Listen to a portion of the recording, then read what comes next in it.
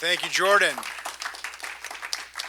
I am so excited to be here. I also want to recognize you're going to hear from a number of colleagues, but we have Marilyn Balcom, who's here as well. Really appreciate my council colleagues joining here in support of this important bill, Bill 3322, that really reiterates and recommits this council's commitment to affordable housing and to making sure that we are taking advantage of every available resource we have.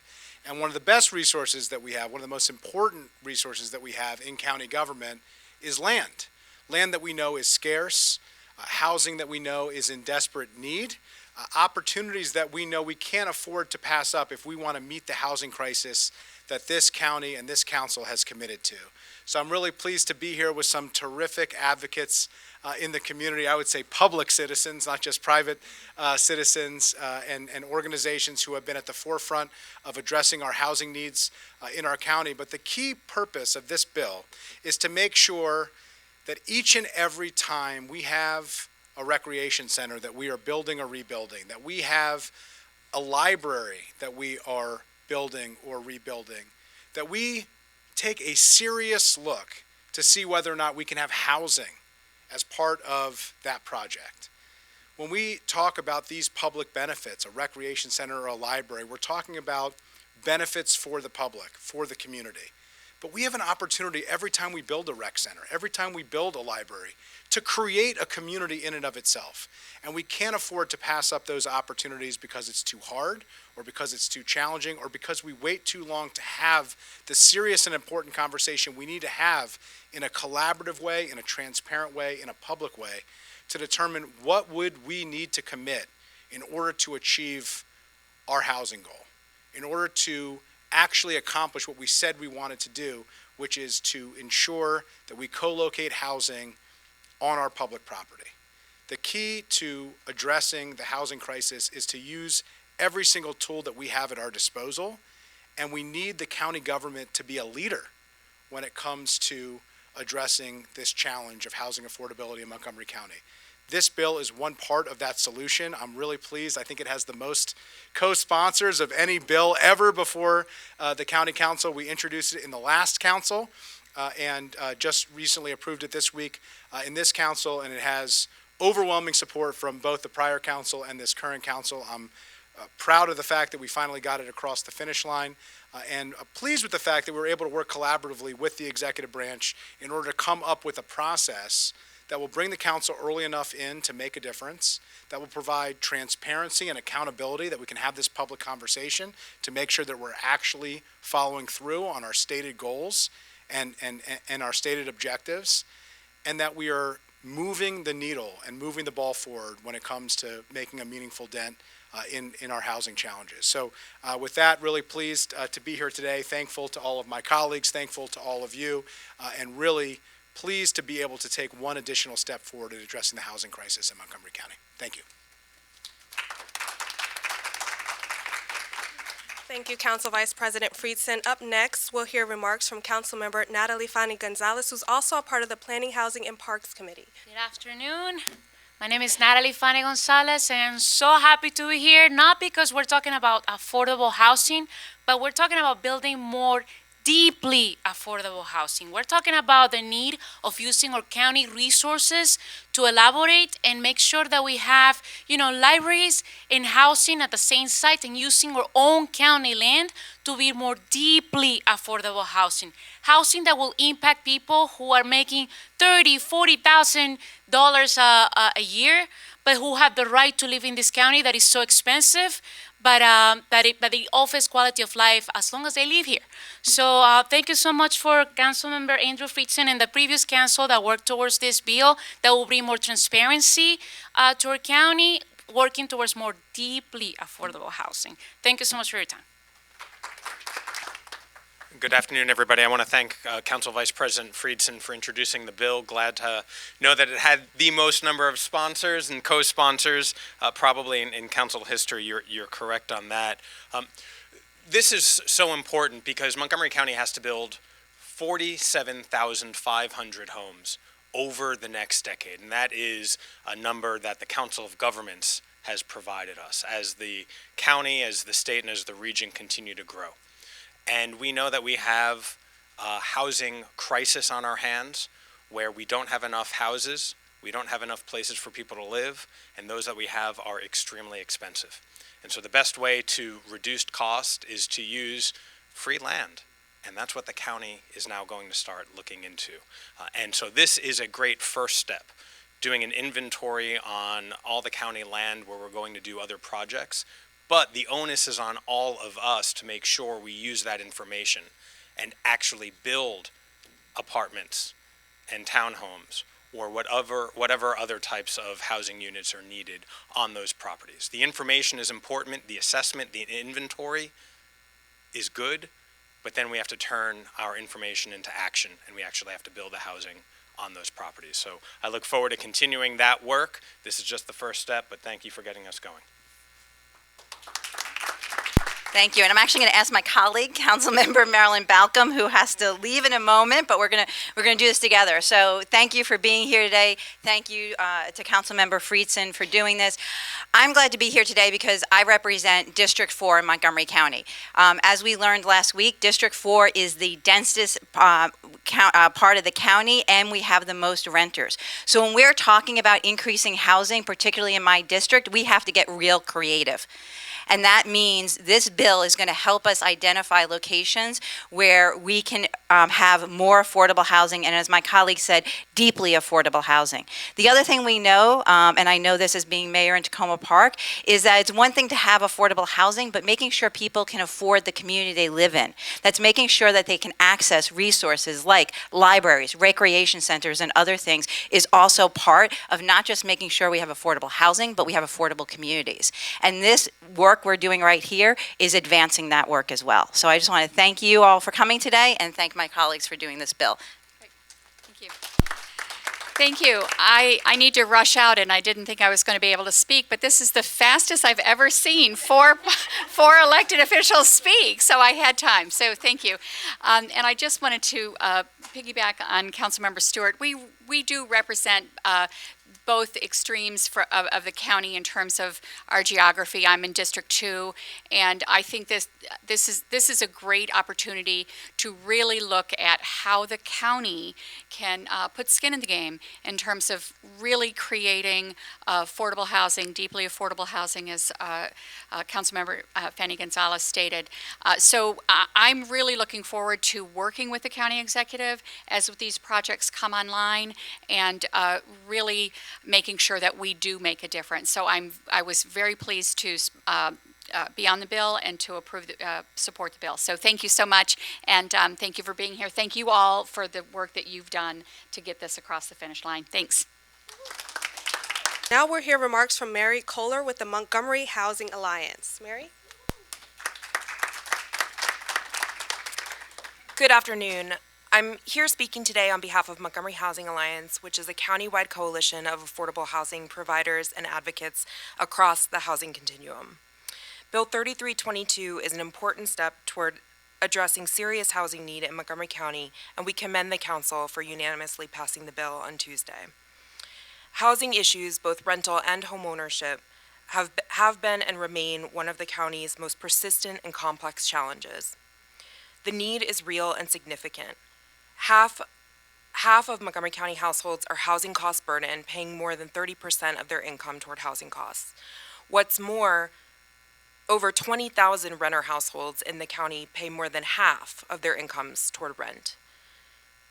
Every day, these families must make impossible choices between paying for housing and paying for other critical priorities, such as education, healthcare, and reliable transportation.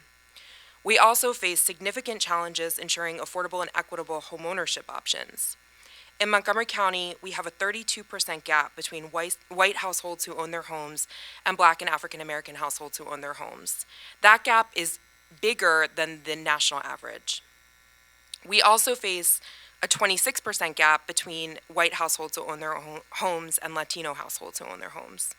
We know that low-income households and communities of color are especially impacted by lack of access to affordable housing, making efforts to increase the supply not simply a matter of economic growth, but also one of equity.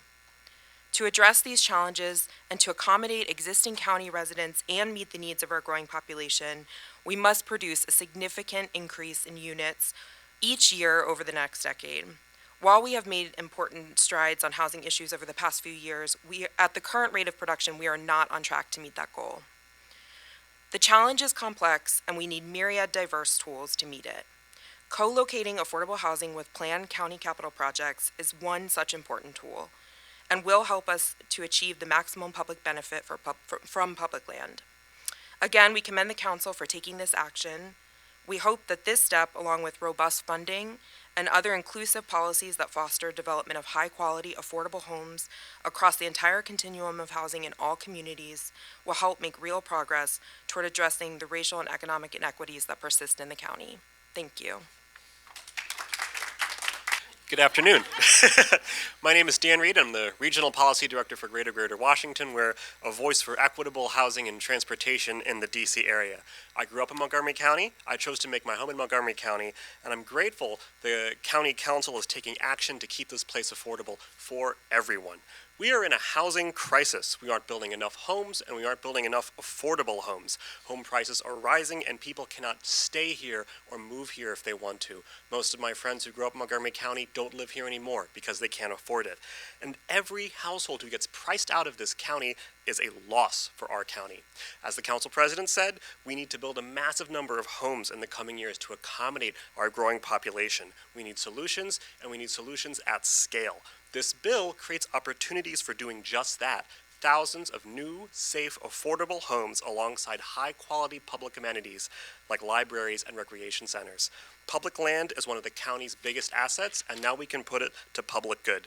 Every affordable home we build means a family whose loved ones can stay close by, an employer who can find the employees they need, a teacher who can keep working with a student who'd otherwise have to change schools, a social group or faith community whose members will be there at the next meeting.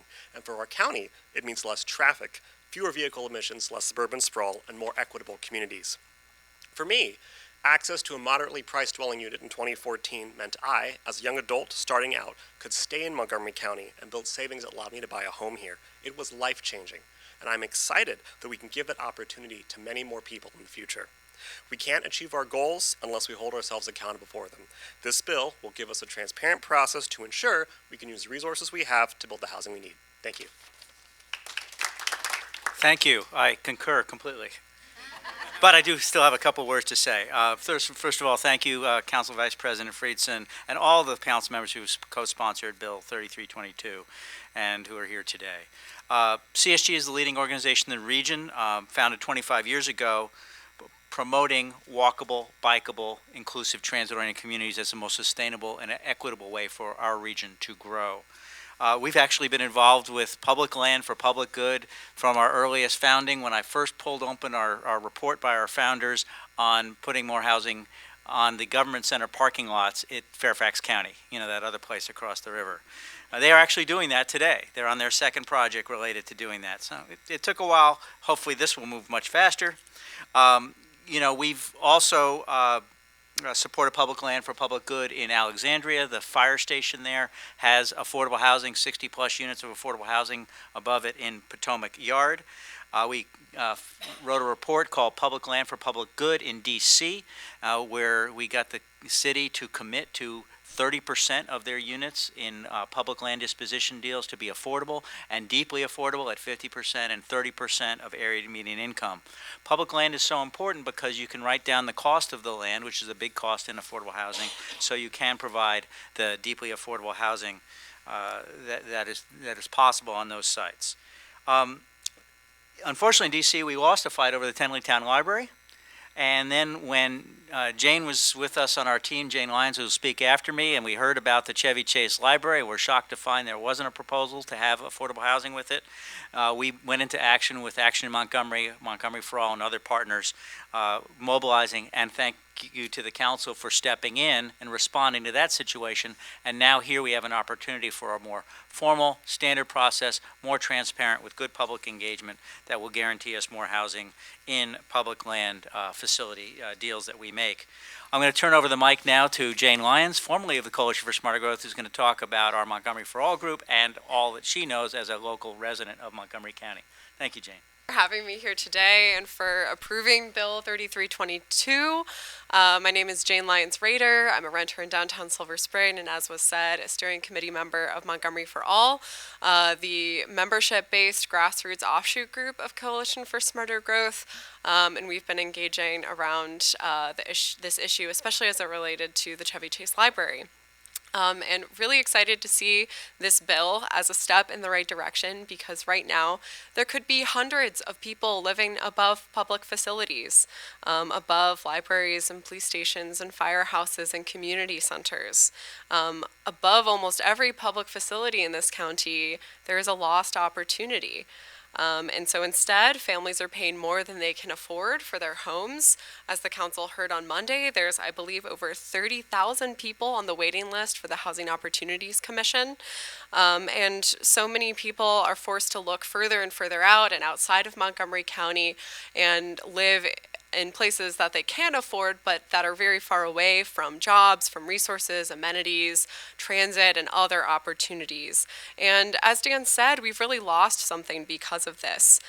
We lose having communities that are richer for the diversity that different types of housing at different price points brings. And so I'm glad that we're taking this step in the right direction. With this, we're saying yes to the people who will live in this affordable housing that will be built in the future, and saying, yes, we want you to live here. We want you to be a part of our community. You bring value. So I recognize that this alone will not necessarily get that affordable housing built, but it is one part of the puzzle. So we need the council to continue to say yes to affordable housing and to funding it. We need the advocacy community to continue to rally around affordable housing and to hold all of the actors that are a part of that accountable. And we also need neighbors to say yes to more neighbors. Those neighbors are economic activity. They support our economy through their work, through their patronage of local businesses. And so we're all stronger when we say yes to having those people in our communities and saying yes to affordable housing. Thank you very much. Appreciate it. Thank you so much. All I have to say is hopefully this process is as efficient as this press conference has been, which I know is what we all hope. We'll open it up to any questions. I just want to close a couple points. The first is, as you heard Council President Glass talk about, this is just one of many efforts that this council has begun to undertake that carries on what the prior council had been doing. We're going to be continuing to do that work in the committee, and we have a deep dive into the progress of the $100 million Housing Production Fund, the additional Housing Initiative Fund, which is our primary vehicle to funding affordable housing, and the additional funding that we provided, their record funding that we have done, the naturally occurring affordable housing program that the county executive and the council worked on together, a number of other initiatives you heard earlier of addressing some of the challenges with a 37,000 resident backlog at the Housing Opportunities Commission through the voucher program, which just demonstrates the tremendous need that we have, a wait list that will take 6.5 years for someone to get off of. And that just speaks to the need that we have in this, and the fact that this is just one part of a broader perspective. This is not just about the projects, it's about the process, but process is policy, and it is priorities and how we prioritize this issue. And that's why I think this bill is so important and such a critical part of our efforts to ensure that we have the public priorities on the public land that we have, the resource that we hold. So with that, we have our final speaker, who I wasn't sure we were going to have, Faith Na, who's here. For anybody who watched the public hearing, she was a star there, and I know she'll be a star here. So with that, I'll call up Faith Na from Poolesville High School. Thank you. Just as a student advocate, I came to the council to talk about why affordable housing goes hand in hand with educational equity, and kind of as a student who's been in the DCC, as a Silver Spring student, as a Gaithersburg student, and now in rural Poolesville, I can say accurately that the housing crisis is something that a lot of students are facing directly. That means students who go home and genuinely don't know if their parents are going to be able to afford to live in the community. Montgomery County boasts that we are such a diverse, inclusive community, but we need to continue legislation and work that is going to ensure that these people have a place within our community, and that starts with affording housing. So I thank the council for their work on this legislation and hope to continue to see more work like this who is just going to directly benefit students. So thank you. Yes. Well, thank you to Faith. In many ways, we're here for Faith and to make sure that Faith and her classmates and people like Faith are able to stay in our community and continue to grow and thrive in our community, be part of our community. But they need to be able to afford to stay in our community, and that's really what this is all about, the county government leading with our own resources by the power of our example and with real commitments through a better process that's more transparent and more accountable. So with that, happy to answer any questions. Suzanne? Two questions. One is this, like, are you going to do it on existing, like take a library that already exists and if there's land added, or is this only for new construction or addition? The process is focused on large renovation projects that are in the capital budget. So there has to be a differentiation. There are lots of capital expenditures that occur to existing buildings. So for instance, a roof might need to be replaced on an existing building, or a new system might need to be put in place.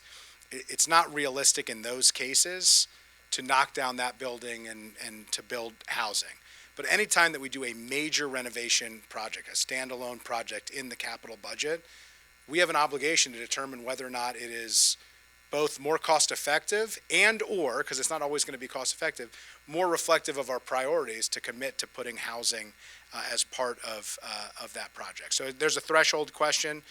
It's not for every single capital expenditure that gets made. Some of them are quite small, but for every major capital project that happens in the county on these with these projects, it would have to go through this process. Well, I'll give an example. One of the reasons why we're here, we've been working at this for like 3.5 years. And the original project, a lot of you've heard, is Chevy Chase Library. That was the most high-profile issue that really came to fruition in the budget. And in many ways, it was instructive because it created or demonstrated really the problem that we had, that by the time the council was brought in to that decision, it was at the very end of the process, way too late to have a collaborative, meaningful, thoughtful, transparent discussion.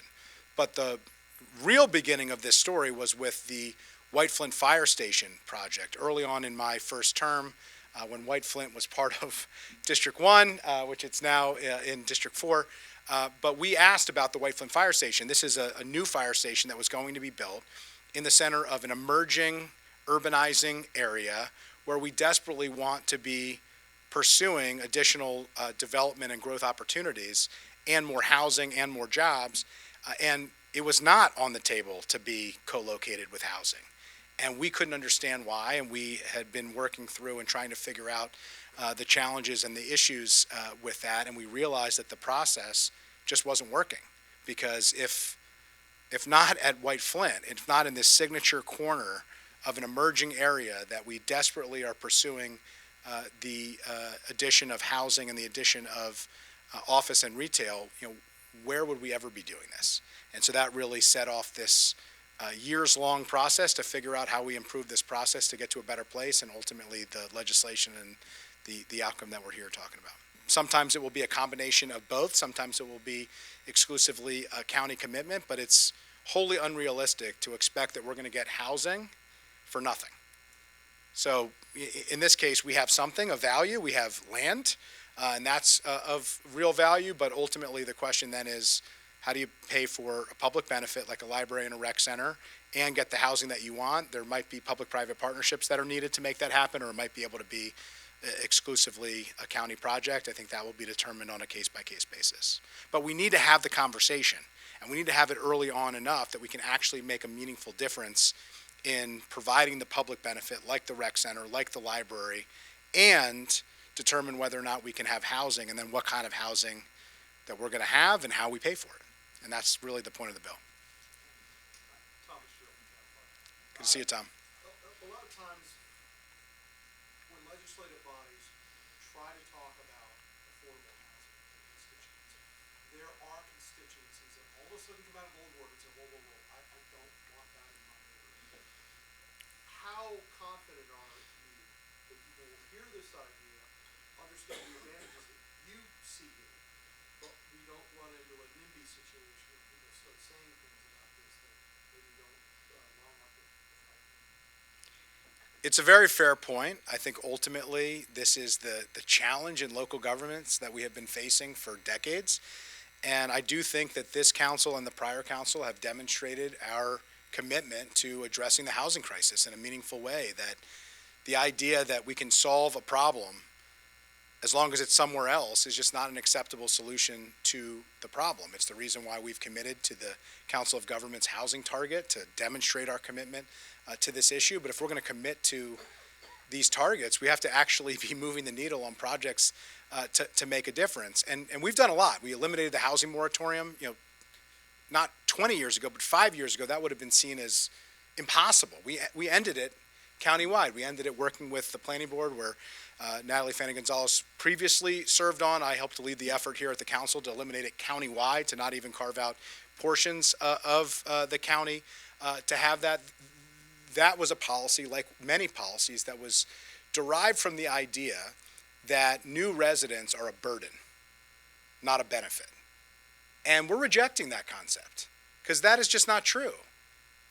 New residents are a benefit to the community. New housing is part of the infrastructure of what makes communities what they are. We only survive as a county with the tax base and the quality of life that we want if we are welcoming in new residents with regularity. And so I think that mentality is changing, and I'm confident that this council, and as the prior council did, is going to continue to move the ball forward on it. If I could just ask one more. The District of Columbia has entered into an approach the last couple of years. They are looking to place homeless shelters on properties adjacent to police stations. Would this be exclusively for affordable housing, or would you look to use some of that land to address the homelessness issue? Well, we just did build a new homeless shelter, a beautiful state-of-the-art one. We're actually right by where the future White Flint Fire Station is going to be in North Bethesda. This doesn't close the door on anything, but it puts housing at the forefront as a discussion point. So there could be an opportunity where a future project has the idea of a homeless shelter, for instance, which we need.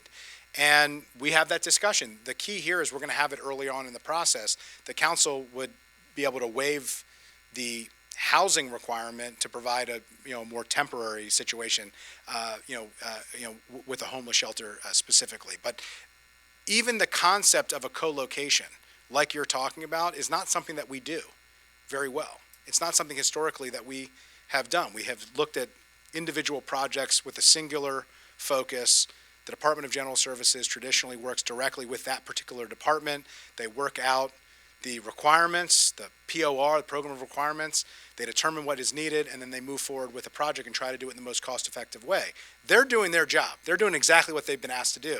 But now what we're saying as a county council and what we're saying as a county government is our priority is to maximize the benefit to the community for each parcel of public land. One of our greatest priorities, one of our most significant challenges is housing, so we're putting that at the forefront, but that doesn't prevent us from doing child care centers. It doesn't prevent us from doing homeless shelters. It doesn't prevent us from co-locating other issues, but we need to have this conversation earlier on in the process so we can have that public and transparent discussion, and this will help us do that.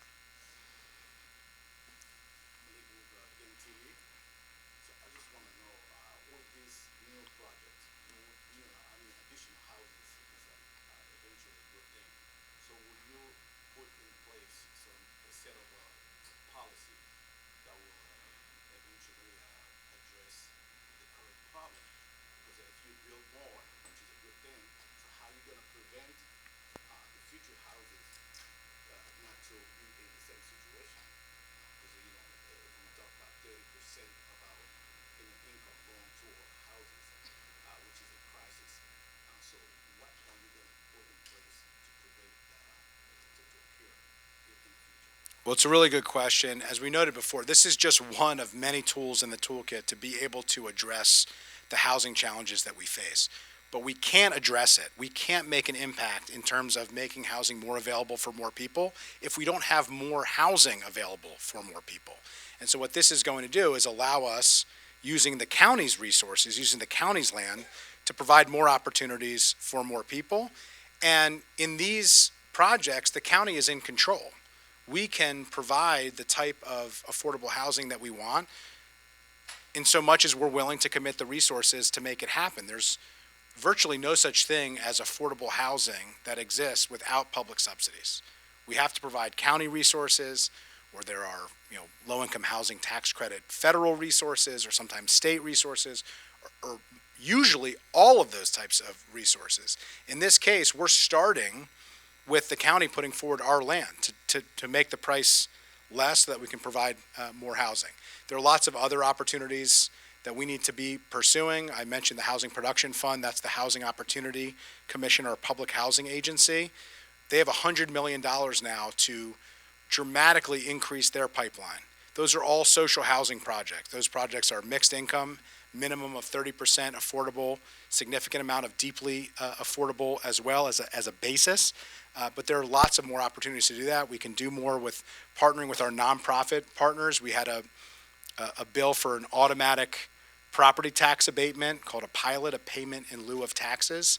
That bill provides our nonprofit providers with more certainty earlier on in the process so they can provide more affordable housing. So there are lots of ways that we can address this, but it is a massive challenge that requires a lot of different ways in order to address it. This is one piece, but not the only piece in order to solve it.